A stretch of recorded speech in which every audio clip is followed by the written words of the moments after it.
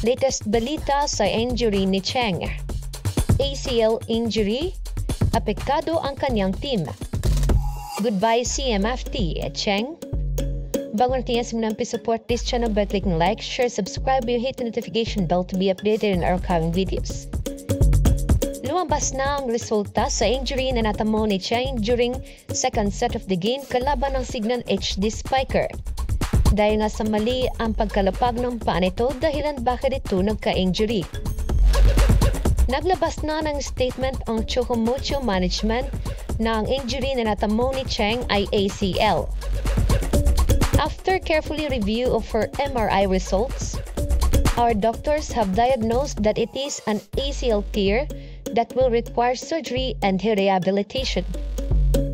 Ibig sabihin, hindi na makakalaro sa ngayon ng open hitter ng kupunan ng Chocomucho. Medyo magiging tagilid na nga ang CMFT dahil sa pagkawala ni Cheng. Ngunit gagawin naman ang lahat ng Chocomucho Management na mapabuti ang kalagayan ni Cheng at mapabilis ang pag-recover nito. Dagdag pa nito, management will ensure that Cheng is given the best possible and medical care in order to get her back in fighting form.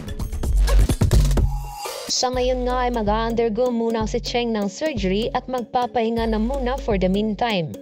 Maaring si Samuel din na muna ang ipapalit sa kanya at malaki din naman ang chance na may bibigay nito ang 100% netong galing para sa koponan ng CMFT.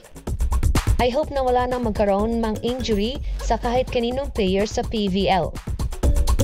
Sayon nga sa pagkabawas ni Cheng ay posibleng ngang magkaroon ng imbalance sa laro ng Titans.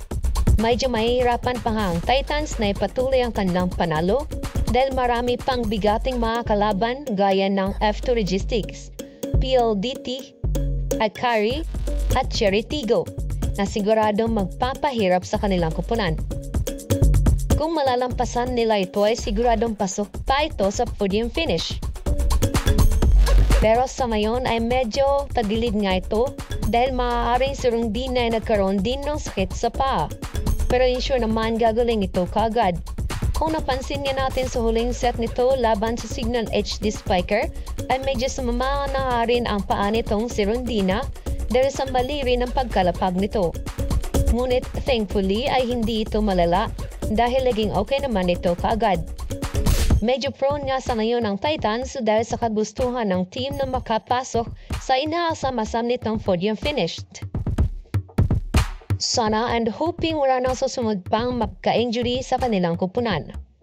So there you have it. Don't forget to like, share, subscribe, and hit the notification bell to be updated in our upcoming videos.